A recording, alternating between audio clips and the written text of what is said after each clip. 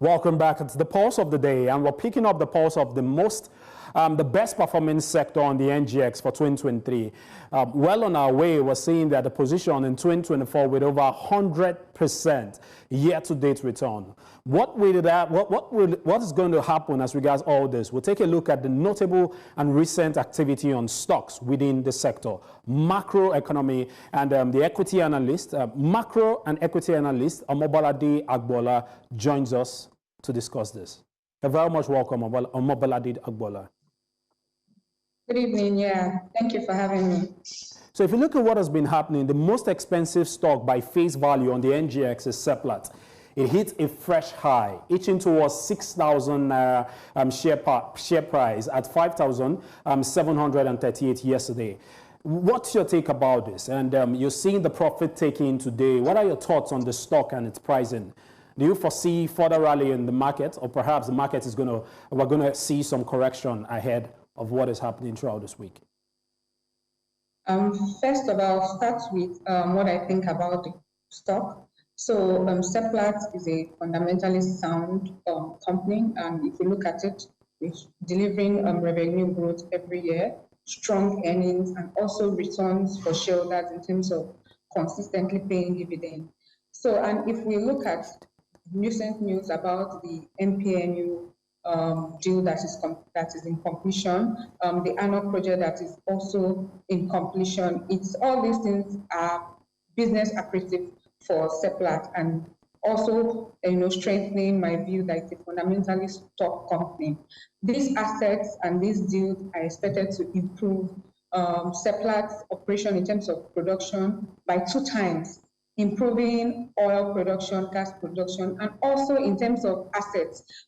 We are also expecting to see significant improvements in their assets. So I believe Seplat is a fundamentally sound company. In terms of pricing, it is not a surprise to us that it is trading above 5,000, because here at Chapel Hill, Denham, our target price for Seplat as of the earlier part of this year was 5,250 naira per share. And this target price just takes cognizance of ANOC coming on stream this year, that's in Q4, and it doesn't even take the full capacity of ANOC. So I believe that the price is reflective of the fundamentals of the company. And in terms of further rally or a correction ahead, I mean, in the short term rather, would expect some profit taking. We highlight that the price is trading at new highs.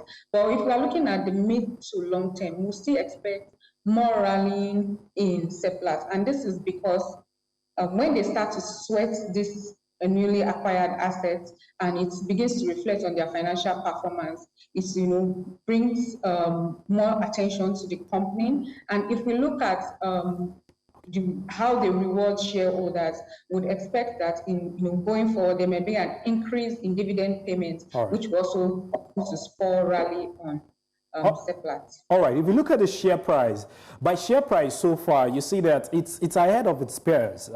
Perhaps if you compare it to Total is the closest rival. You're seeing that's 670 naira. That's the current share price of Total, and you see the gap between Total and Seplat. What would you say differentiates it, and what's your take about the difference amongst its peers?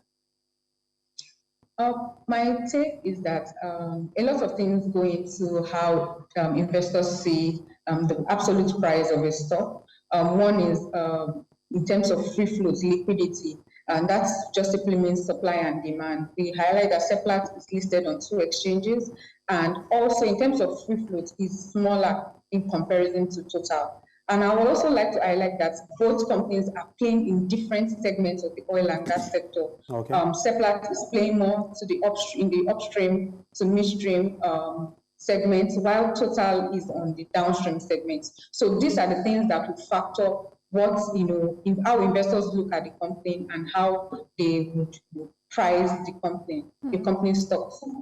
All right. I mean, it's great to have you in, Bolade. Let's move to another stock, right? Investors are also raising bets on Oando. The company hasn't released an audited financial statement in 2 years, but they have announced plans to release audited reports for financial year 2023, October 23rd. That's tomorrow, I believe. And, as a result, its market value has increased significantly. So far, it's just been news that has been driving the stock. So how much of a rally do you see it, getting, right, after the release of this earning report? Like you rightly mentioned, it's sentiment that has been pushing the Oando stock.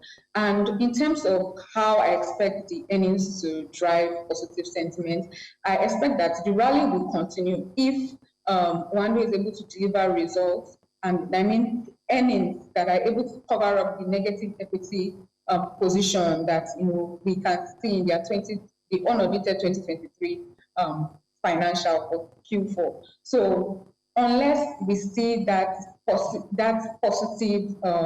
result that would, change the negative equity position, and which would just mean that it just gives investors that, there is even a likely notion that there will be dividend payment in the near future. I believe that is the only reason I see now that can, continue to push the rally further. Yeah, investors love a dividend-paying stock, but also staying with Oando, right?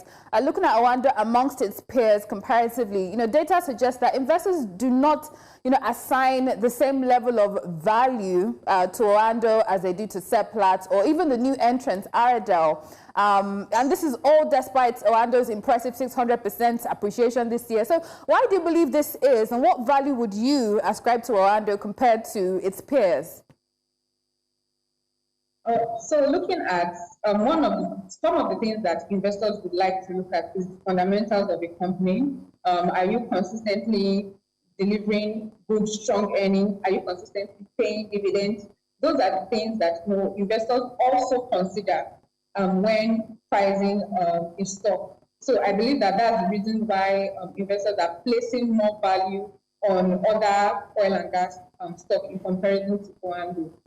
In terms of value, or rather target price for Oando, here at Chapel Eden, we don't cover Oando, and so I cannot give you a particular price or value that I expect that Oando will be able to do. Okay, fair enough. Okay, looking at the sector as a whole, it's been on the decline from 2015 to 2020. And then 2021 we're seeing that the rebound started in 2021. What will it take to sustain latest records as best performer? And are there any headwinds and perhaps looking at some gains in the sector?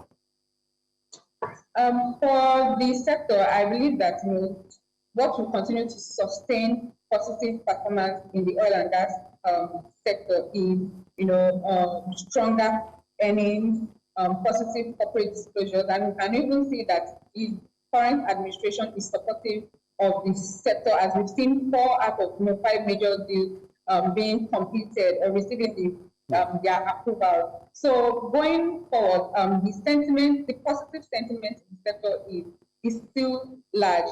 One challenge that I think that may be a headwind is global oil prices.